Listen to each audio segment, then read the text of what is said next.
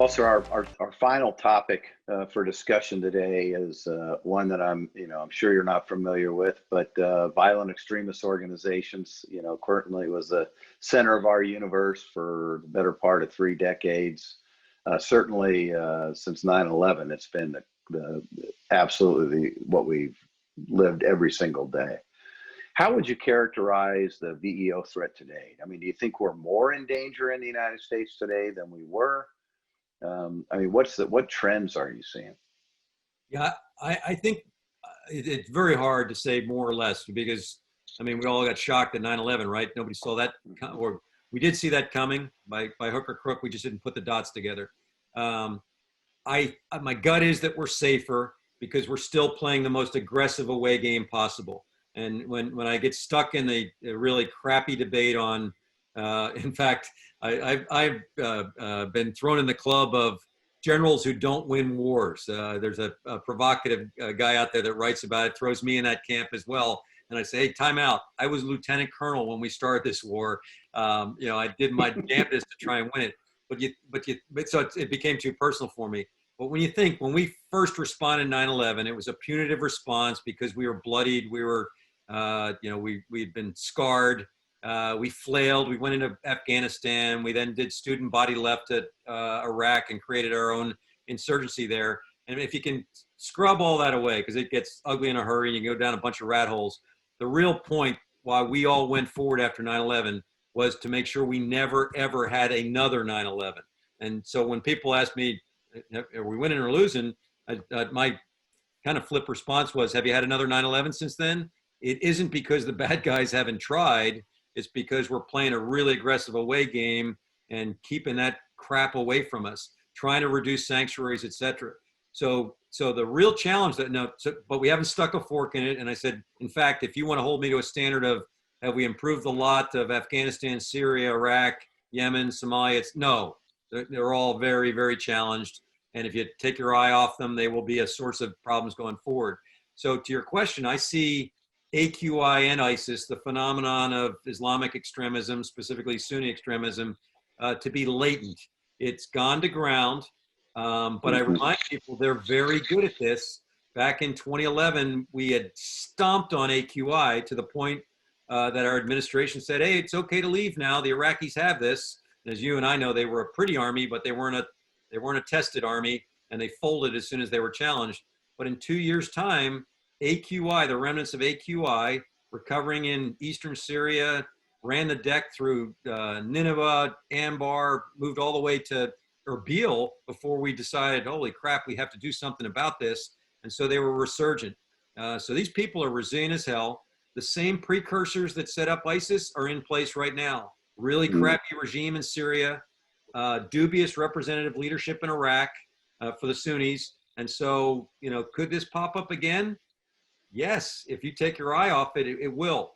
So the things I would watch right now is, how does Syria settle out or not going forward? And then how do we finish, quote unquote, in Afghanistan, as we get to this critical phase there. Obviously, the other place to watch, and it's a big hand wave because it's a big place to watch, is Africa, where ISIS already has sanctuary in certain spots. Is it sufficient enough for them to blossom again? I don't know. And the catch-22 is you won't know unless you have, inroads, surveillance, partners, et cetera, there to determine, hey, this is a bad thing that's blossoming. Yes, sir. Yeah, and I think that really addresses another question I was going to ask is, what is 2.0? And, my personal thought was exactly what you said, that it's hard to say, obviously, but that, if you just look at the environments, what environments are conducive, where is there a lack of governance, lawlessness, and that's generally where they end up. And Africa is rife with that. And I know previous webinar, we talked about it, but it really is stuck with me. And I'm an attack helicopter pilot, so kinetic operations are job security for me, but were, I guess, in my former life. But I was really it challenged my thinking when I got to SOCOM to be your ops officer, about the importance of information operations. You know, I know that your previous command at Fort Bragg had taken some pretty aggressive steps. They recognized it, that this was the, you know, this is another domain for us to get after them. But to me, I think it doesn't matter almost what happens on the ground. It's what they tweet about or how it's portrayed. And ISIS has been a master at that. Can you just give your before we wrap up here, your parting thoughts on, again, on information operations and not only their importance in today, but where you see them in the future? Are they going to be a dominant aspect of our strategy? Yeah, I think probably the biggest source of frustration for me for the longest fight we've ever been involved in, going on 20 years now, is the failure to acknowledge that it's an ideological struggle. It's an ideological fight. It's a very perverse form of a religion that has played itself out in the form that it's evolved. But as you know, for the first bunch of years, we didn't want to go there because that was perceived as an affront to a religion.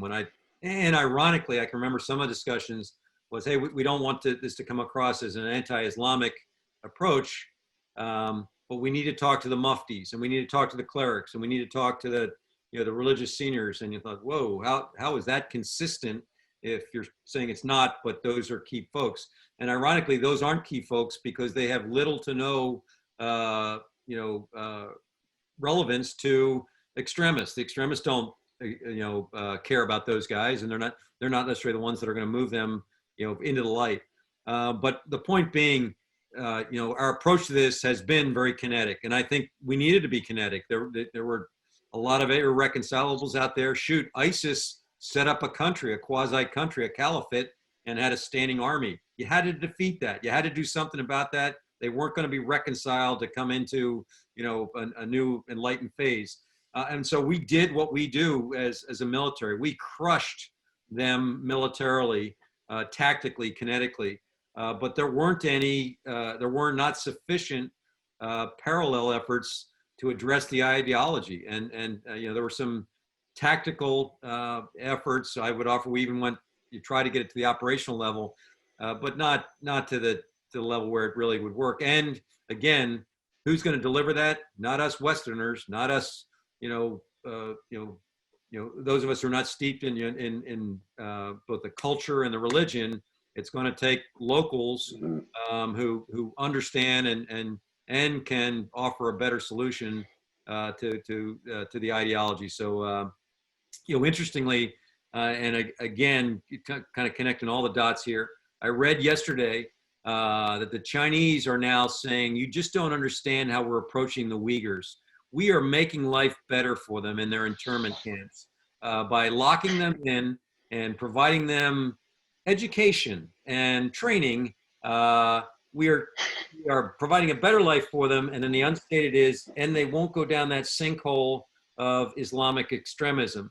And partly, logically, you can almost acknowledge, boy, there is a method there. I don't agree with it at all, but that's how the Chinese are approaching it. I'm not going to give them the source of their problem. I'm going to just crush it and re-educate them.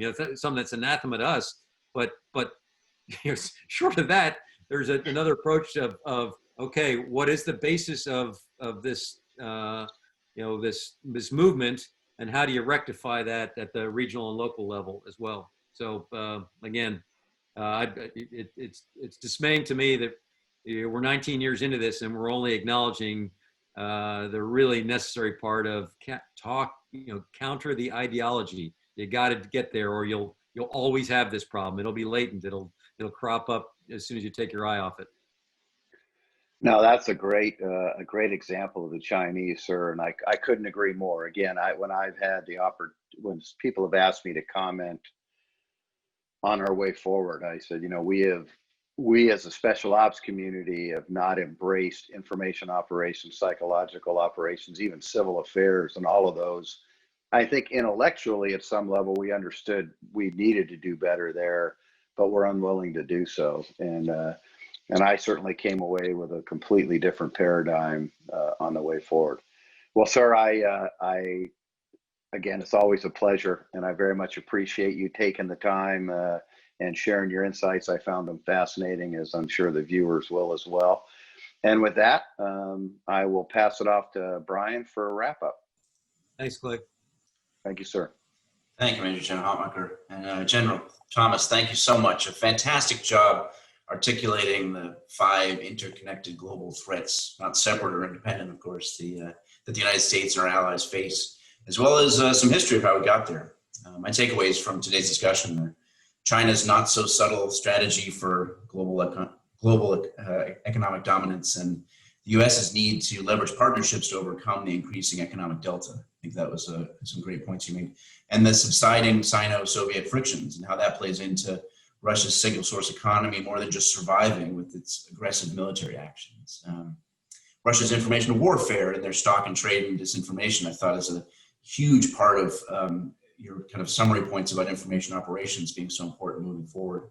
And our, of course, consistent underestimation of North Korea's capabilities and the personalized diplomacy avoiding the war with North Korea, and how the larger diplomatic strategies needed to avoid potential action in the future. And you know, I think maybe my favorite part was a bit of the Iranian perspective on their war with us, if I can put it in quotes, as well as some very interesting insight, especially given your role on Qasem Soleimani. And maybe, you know, a question on my part, determining where our SOCOM commander's plane is parked in the future, just saying. Maybe that's a discussion. But overall, I heard you say that we need to compete globally with strong diplomatic relations on every continent, continuing our focus on information operations. I think that's pretty much how we can sum up this entire discussion, which I thought was absolutely fabulous. So thank you for everything. Hey, Brian, on the Soleimani piece, just to put a nail in it, it was fascinating to me. The initial pundits were all gloom and doom. Here comes Iran. In about a month's time or less, you had a bunch of folks, to include David Petraeus and others, saying, hey, maybe this is a return to deterrence, that we have opened the can of whoop ass and said, literally, you know, literally specifically, you push us too far, we are the world superpower, we are going to stomp on you. And so it was interesting to see how that resonated out there, because that's, the deterrence is, you know, capability and intent to use it. And we trotted it out there, and you wonder how that resonated both in Iran and elsewhere. Absolutely. I mean, as I said, I mean, your position there, and I appreciate your, you know, not to be standing on representing SOCOM in some of your comments, but certainly your position there is historically very significant in terms of how we decide to take actions like that against bad actors, as you put them. I think it's critical to understand how we make these decisions going forward so we can be successful. So that's great. But anyway, so thanks again. I think I can't even begin to thank you enough for the obvious sacrifices and the service you've given our country, and obviously the just a simple webinar like this, how it's so beneficial going forward, and helping us build an understanding of what's happened in the past and some planning on what's gonna be next. So, and Major General Hutmacher, of course, thank you as always for your insightful questions and the background you bring to these great discussions. I always look forward to future discussions with you, and obviously with you both. And thank you for watching. I hope these conversations continue to inform and inspire you. Until the next Mission Essential conversation, stay safe and stay healthy.